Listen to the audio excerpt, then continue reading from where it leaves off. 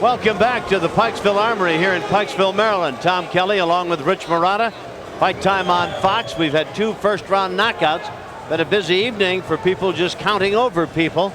An impressive display by both Dunkawari and by McCracken, the young man from England.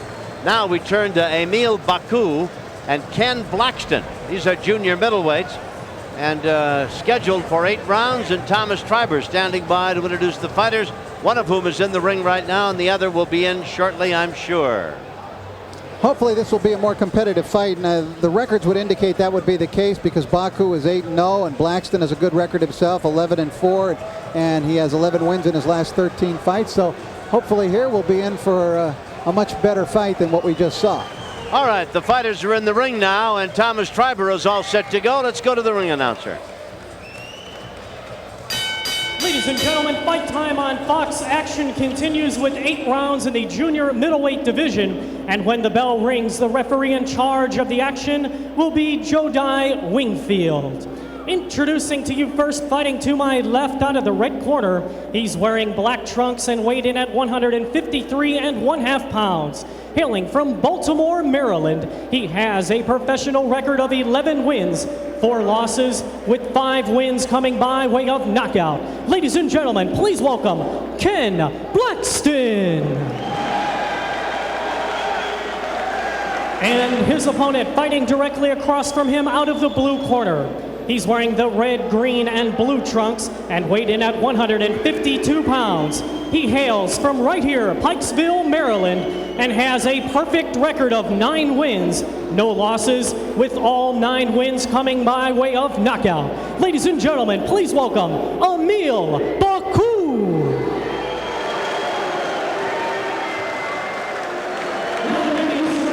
Is your referee in charge, Jodai Wingfield. Okay, Baku, let me check you, okay? Got your mouthpiece in? We're gonna go over here and talk. Okay, gentlemen, you know the rules. You've been given your instructions earlier. Obey my commands and protect yourself at all times. Touch gloves, keep it clean. Thank you. Baku and Blackston, a couple of middleweights, junior middleweights. Blackston 4 years older and he's 3 inches shorter. He's a pound and a half heavier, and in the reach department he is 2 inches shy. Interesting, Baku is introduced as being from Pikesville. We had him down as Washington, and of course he's a Russian. And Blackston is from Baltimore, Maryland, so this is a hometown backyard fight, Rich Marotta. Yeah, that should make it interesting. Both these guys have their fans here, and both of them have done their fighting here in this area. So it's going to be interesting because Baku has been described as a guy who has fought only hopeless opponents, and that's not a hopeless opponent he has in front of him tonight. He's got a guy who's won 4 in a row and has an 11-4 record. He is sometimes thought of as having a suspect chin, Blackston, but we'll wait and see if that indeed is the case. He's never fought outside of Maryland. He's got a record of 11-4. All 15 of his fights have been here in his home state. Baku is in the multicolored trunks, Blackston in the black trunks. Blackston and the referee is Jodai Wingfield. Blackston is a guy who always comes to fight, though, and makes for exciting fights. So it'll be interesting to see if he can press this Russian and force him into having to really fight. But the Russian fighter, Emil Baku, does have good punching power and has knocked out all of his opponents.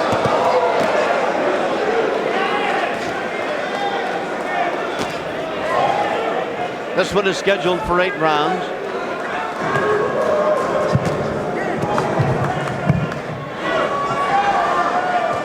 We've seen more action in the opening 40 seconds of this round than we have in the previous 2 one-rounders, haven't we?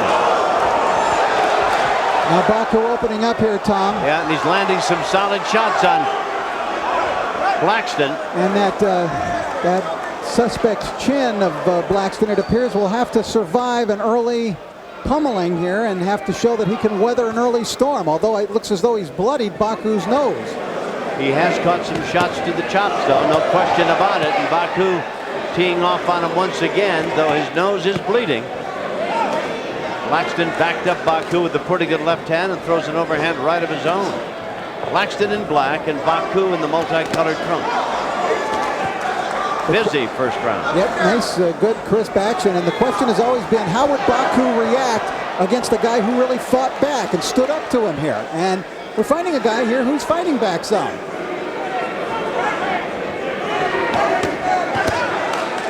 These guys haven't thrown, I don't think, a body punch between them, Rich. They're really going for the head. Now Baku pummels a couple of rights to the midsection and a left to the liver. Whoop, down goes Baku. What are they calling it? A knockdown? They are calling it a knockdown. He slipped, but there was a punch thrown there, calling it a knockdown. I think the punch was to the body, Tom, and there was a punch that landed, so it might be a correct call by Jodai Wingfield, the referee. But he's bleeding pretty strong from the nose, Baku is, and he's got a fighter in there tonight who wants to fight him. And Baku's more than a little unhappy about the 10 count, but at any rate, the bell is just seconds away. We'll be back with round 2 in a moment.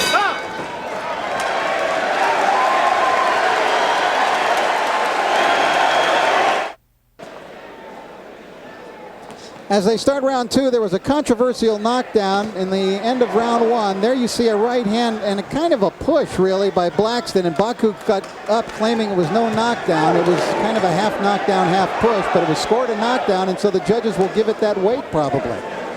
Well, there was a punch thrown, and it did at least graze Baku, and he did go down, so it's hard to argue with the call that was made. Blackston will be happy for it. Turned what might have been a very close round into a one in his corner and in his favor. So here we are in round number 2. Baku continues to have some blood coming from his nose as he tries to straighten Blackston up. Blackston, a young guy with a suspect chin, but got a fairly impressive record, 11 wins, 4 losses. On the other hand, Baku is undefeated, 9-0. Baku has good advantages here in reach, and he should probably be utilizing that. It appears to me, even though it was Blackston who scored the knockdown, that Baku hits the harder of the two. His punches have some real sock. That was a great little shot inside. And it was indeed. And it stunned Baku, and he grabbed and held on. And then he was pushed to the canvas, Blackston was, and that may have been a saver for him because he might have gone down. It was a little uppercut inside. It was a really nice little punch. Wingfield, the referee, is cautioning Baku against such wrestling tactics, but it was a beautiful uppercut he landed.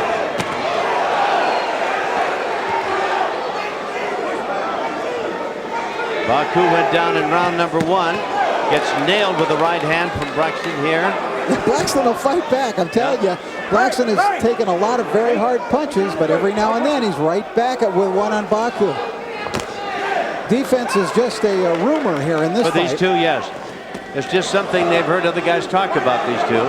They are just toe-to-toe, throwing them right from left field, right field, and all points on the compass. Blackston in the black trunks and Baku in the multicolored job. Baku should be making much better use of his jab. And he hasn't been using it at all. Well, when you have a reach advantage, it usually starts with the jab, Tom. You keep your man on the end of your punches. And he has not been doing that at all. He goes in winging. That's ridiculous. See how he's going for, just throws a left hook and a right. That's and missed with both. It's a stupid way to fight when you're owning the kind of advantages physically that Baku does. Coming down to the close of round number 2.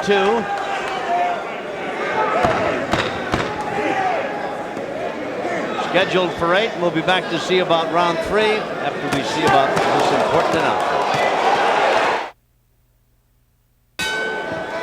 There was a knockdown scored right at the end of the round, and this was a real knockdown. Take a look at Baku. Look at that left hook, a scorcher. The bell rang, and then Blackston went down. The actual knockdown occurred after the round. He would have beat the count anyway. He was up. And so he was really hurt at the end of that round. We saw some of that power, Tom, of Baku that we've been talking about. He definitely hits hard. And the chin of Blackston was obviously displayed as being somewhat suspect. His defense questionable as well. And Baku lands another overhand right as they come out here in round number 3. So each round with a knockdown scored. Baku's much more impressive than that of Blackston, and probably more effective in the long run.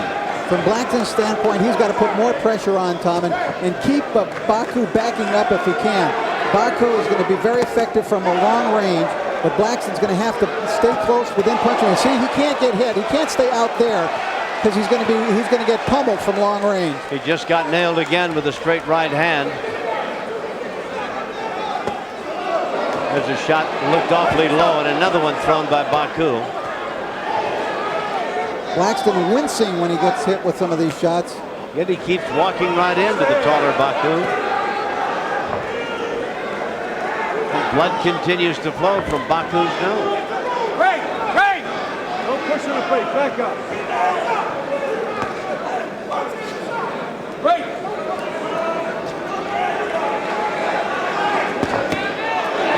Left-right combination, another solid right, and Braxton is in trouble again. And he got hit while he was down, too. Blackston went down. Look at Baku. He won't even come over near him. He ought to be over on the other side of the ring. What's the referee doing? Well, he's certainly not looking at Baku. No. Yeah. In fact, he doesn't know where he is even. Not a very good refereeing job, Rich, to be honest about it. I think Blackston has had the call. His fight is over. I would think so. He's down again, and they're stopping it. Baku just overwhelmed him after a suspicious first-round knockout, and Baku comes on to put Blackston down not once but twice in round number 3, and down for the 3rd time in the fight. But quite possibly the knockdown at the end of round number 2 that happened just as we went away might have been the precursor of things to come, because he really nailed Blackston and seemed to have his way with them almost without any argument in round number 3. Yeah, I thought that one left hook, Tom, at the end of round 2 was really the big telling punch. That one really shook up Blackston. Take a look at the first knockdown here.